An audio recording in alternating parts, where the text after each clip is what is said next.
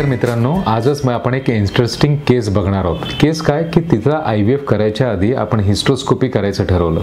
Hysteroscopy म्हणजे एखादी जी दुर्बीण गर्भाशयाच्या आतमध्ये जाऊन गर्भ प्रत्यारोपण करण्याच्या आधी जी प्रोसिजर केली जाते त्याला प्री IVF हिस्ट्रोस्कोपी म्हणतात। मग तुम्ही मला म्हणाल की हे प्रत्येकाचंच करावं लागतं का?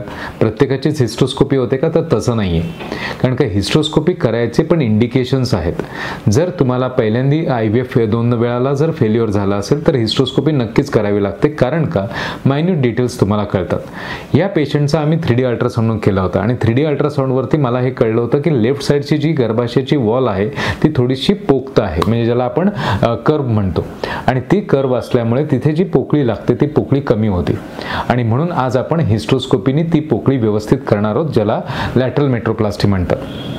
तर ती लॅटरल मेट्रोप्लास्टी म्हणजे काय की जेव्हा ती वॉल जर आपल्याला कर्व्ड असेल तर आपण हिस्ट्रोस्कोपिक सीझरने ती वॉल कट करतो आणि ती वॉल कट केल्यामुळे जी गर्भाशयाची पोकळी वाढणार आहे त्यामुळे त्याला होणारे ॲबॉर्शन्स हे कमी होतात। दुसरं ह्या व्हिडिओमध्ये आपण नक्की बघणार आहोत जी पेशंटची मी ऑलरेडी हिस्ट्रोस्कोपी आपण करायचं ठरवलंय, कारण का कधी कधी हिस्ट्रोस्कोपीने इन्फेक्टिव्ह चान्सेस जे आहेत की इन्फेक्शन्स आहेत की नाही हे आपल्याला व्यवस्थित पद्धतीने कळतं। इन्फेक्शन म्हणजे काय की जेव्हा तुम्ही गर्भाशयाच्या आतमध्ये एखाद्या दुर्बिणीने बघता तर दुर्बिणीने तुम्हाला मायक्रोस्कोपिक व्ह्यू मिळतो आणि इन्फेक्शन जर असेल तर त्या पद्धतीची ट्रीटमेंट देऊन तुम्ही त्याचा एम्ब्रियो ट्रान्सफर करू शकता।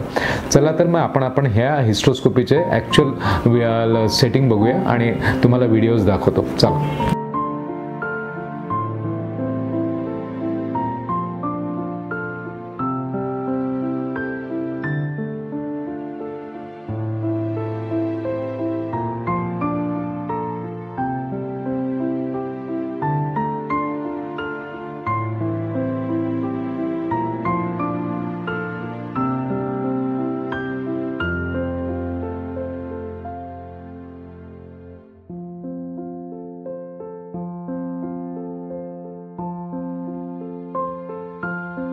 सो हे हिस्ट्रोस्कोपी म्हणजे काय की हिस्ट्रोस्कोपी करताना गर्भाशय आपण आतनं बघतो म्हणजे गर्भाशयाच्या आतमध्ये दुर्बिणीतनं जाऊन ज्यांना गर्भाशयामध्ये काही प्रॉब्लेम्स आहे की नाही फक्त सोनोग्राफीवरती कळत नाही, जसं या स्त्रीला आतमध्ये जाऊन इन्फेक्शन हे आपण गर्भाशयाच्या आतमध्ये जेव्हा दुर्बिणीतनं गेलो तेव्हा आपल्याला कळलं की इन्फेक्शन काय।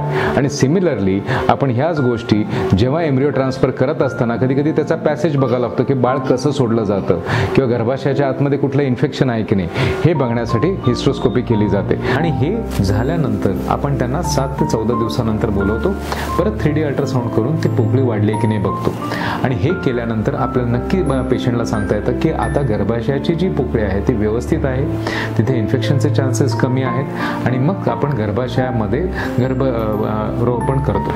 आणि असं करत असताना आपल्याला प्री IVF हिस्ट्रोस्कोपीबद्दल जर अजून काही माहिती हवी असेल आणि तुम्हाला हा जर टॉपिक्स आवडत असेल तर सबस्क्राईब करायला विसरू नका। आणि दुसरी गोष्ट महत्त्वाची की ज्यांना तुम्ही खरंच ह्यांची गरज आहे अशी शस्त्रक्रियाबद्दल त्यांना माहिती हवी असेल तशाच तुमच्या मित्रमैत्रिणींना हे व्हिडिओ जरूर शेअर करा।